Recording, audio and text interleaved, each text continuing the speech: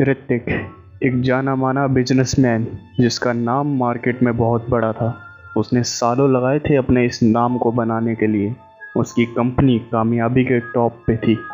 लेकिन एक दिन उसे पता चला कि एक न्यू कंपनी जो मार्केट में आई है, जो कि ऋतिक की कंपनी को पीछे छोड़ रही है, जिससे ऋतिक को काफ़ी ज़्यादा नुकसान हो रहा है। ऋतिक इस बात से काफ़ी ज़्यादा परेशान हो गया। इतना अच्छा खासा बिजनेस चल रहा था, लेकिन अचानक से एक नई कंपनी पता नहीं कहाँ से आ गई, जो कि ऋतिक की कंपनी को इतना नुकसान पहुंचाने लगी। और इस बात से वो काफ़ी ज़्यादा परेशान था। और एक दिन रात को जब वो ड्रिंक करते करते वो सोच ही रहा था कि क्या किया जाए इस प्रॉब्लम से निकलने के लिए और अपनी कंपनी को नुकसान से बचाने के लिए, तो उसके दिमाग में एक बात आई, क्यों ना इस नई कंपनी के ओनर से मिला जाए। आखिर कौन है जो इतने कम वक्त में मार्केट में आके मेरी ही कंपनी को टक्कर दे रहा है। कुछ ना कुछ सॉल्यूशन तो निकालना ही पड़ेगा। और अगले ही दिन ऋतिक अपने मैनेजर से बोल के उस कंपनी के ओनर से अपनी एक मीटिंग फिक्स करवाता है। और मीटिंग के वक्त उस कंपनी के ओनर से मिलने चला जाता है। और उस न्यू कंपनी के ओनर की उम्र काफ़ी कम होती है ऋतिक के मुकाबले। उसका नाम रोहित था। उन दोनों के काफ़ी लंबी वक्त तक मीटिंग चली। ऋतिक बहुत ही ज़्यादा कोशिश करता है कि रोहित उसके साथ पार्टनरशिप कर ले, लेकिन रोहित नहीं मानता और आखिरी में वो ऋतिक की इंसल्ट कर देता है और उसे वहाँ से जाने के लिए बोल देता है। और अब ऋतिक काफ़ी ज़्यादा गुस्से में था और वो टेंशन में अपने घर वापस पहुंचकर पीना शुरू कर देता है और अपनी कंपनी को हो रहे नुकसान से कैसे बचाए ये सोचने लगता है। लेकिन उसे कुछ समझ नहीं आता और अचानक से उसके दिमाग में एक रास्ता सूझता है जो कि किसी भी एंगल से सही नहीं था। ऋतिक अपना फ़ोन निकालता है और तुरंत एक नंबर डायल करता है और वो नंबर डायल करके कहता है कि एक बंदे को ख़त्म करना है, 20 लाख मिलेंगे, 10 अभी, 10 काम होने के बाद, कर पाओगे? और सामने से सिर्फ एक ही आवाज़ आती है, हो जाएगा ना साहब, आप एडवांस पेमेंट भिजवा दो, बताओ कब उड़ाना है साले को। जिसके जवाब में ऋतिक कहता है कि कल ही, मौका देखते ही उड़ा देना, बचना नहीं चाहिए। और अगले दिन ऋतिक काफ़ी ज़्यादा खुश होता है और पूरे दिन एंजॉय करता है। आज उसका इतना बड़ा काम जो होने वाला था, उसकी कंपनी वापस टॉप पे होगी, यही सोच सोच के मुस्कुराते हुए वो दिन बिताता है। और रात को उस हिटमैन को कॉल करता है, लेकिन हर बार उसे सिर्फ एक ही आवाज़ सुनाई देती है। अब ऋतिक काफ़ी ज़्यादा परेशान हो गया था। वो सोच में डूब गया कि काम हुआ भी है कि नहीं हुआ है, कहीं वो मेरे पैसे लेके भाग तो नहीं गया। और यही सब सोचते सोचते वो टेंशन में आ गया। उसकी सारी खुशियाँ टेंशन में बदल चुकी थी और उसे नींद तो आ ही नहीं रही थी। और अचानक से रात के 2 बजे जब वो ड्रिंक कर रहा था, तब अचानक से उसका फ़ोन रिंग होता है और उसे जो आवाज़ आती है उसे सुन के ऋतिक काफ़ी ज़्यादा टेंशन में आ जाता है। वहाँ से आवाज़ आती है कि सर, मैं रोहित बोल रहा था, सॉरी उस दिन मीटिंग के लिए मैंने आपको बहुत बुरा भला कह दिया था। उस मीटिंग में मैं सॉरी कह रहा हूँ आपसे, और मैंने आपका ऑफ़र भी रिजेक्ट कर दिया था।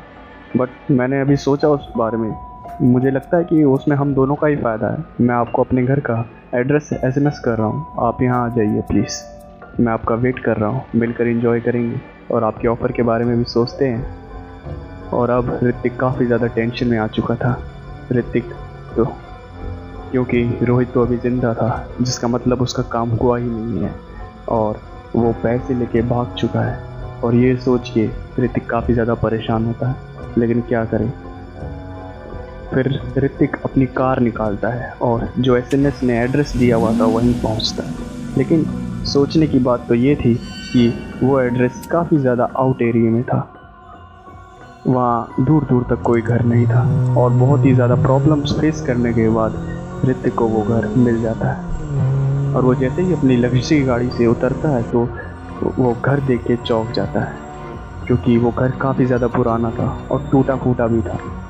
उसे काफ़ी ज़्यादा अजीब लगता है, क्योंकि इतनी बड़ी कंपनी का मालिक इस टूटे फूटे घर में क्यों रहता है।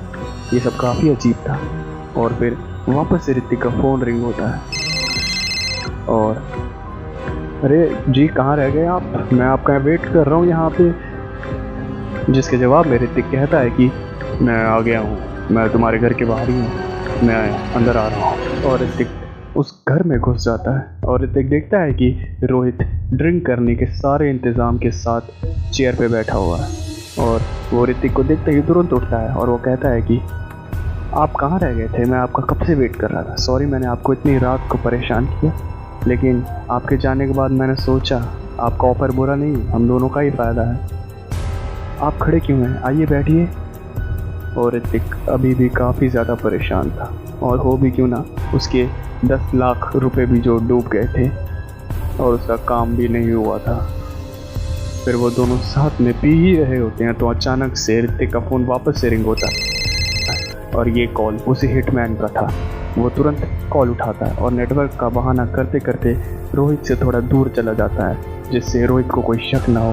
हेलो हेलो हेलो हेलो, अबे अबे तुझे एक काम बोला था, तुझसे वो भी नहीं हुआ।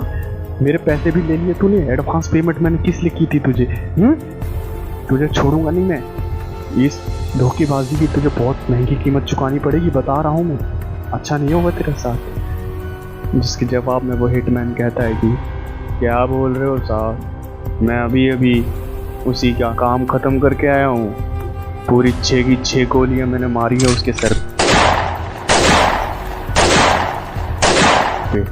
आज रात 10 ही बजे वो ख़त्म हो चुका है। तो तेरा फ़ोन क्यों स्विच ऑफ आ रहा था, हाँ? ज़्यादा होशियार समझ रहा है अपने आप को। मेरे सामने बैठा है वो, समझा, हम दोनों साथ में ड्रिंक कर रहे हैं और कह रहा है मैंने मार दिया, बहुत महंगी कीमत चुकाएगा तू। अरे साहब मैंने तो आपका काम कर दिया है, अब मुझे मेरी पूरी पेमेंट कब मिलेगी मुझे ये बताओ।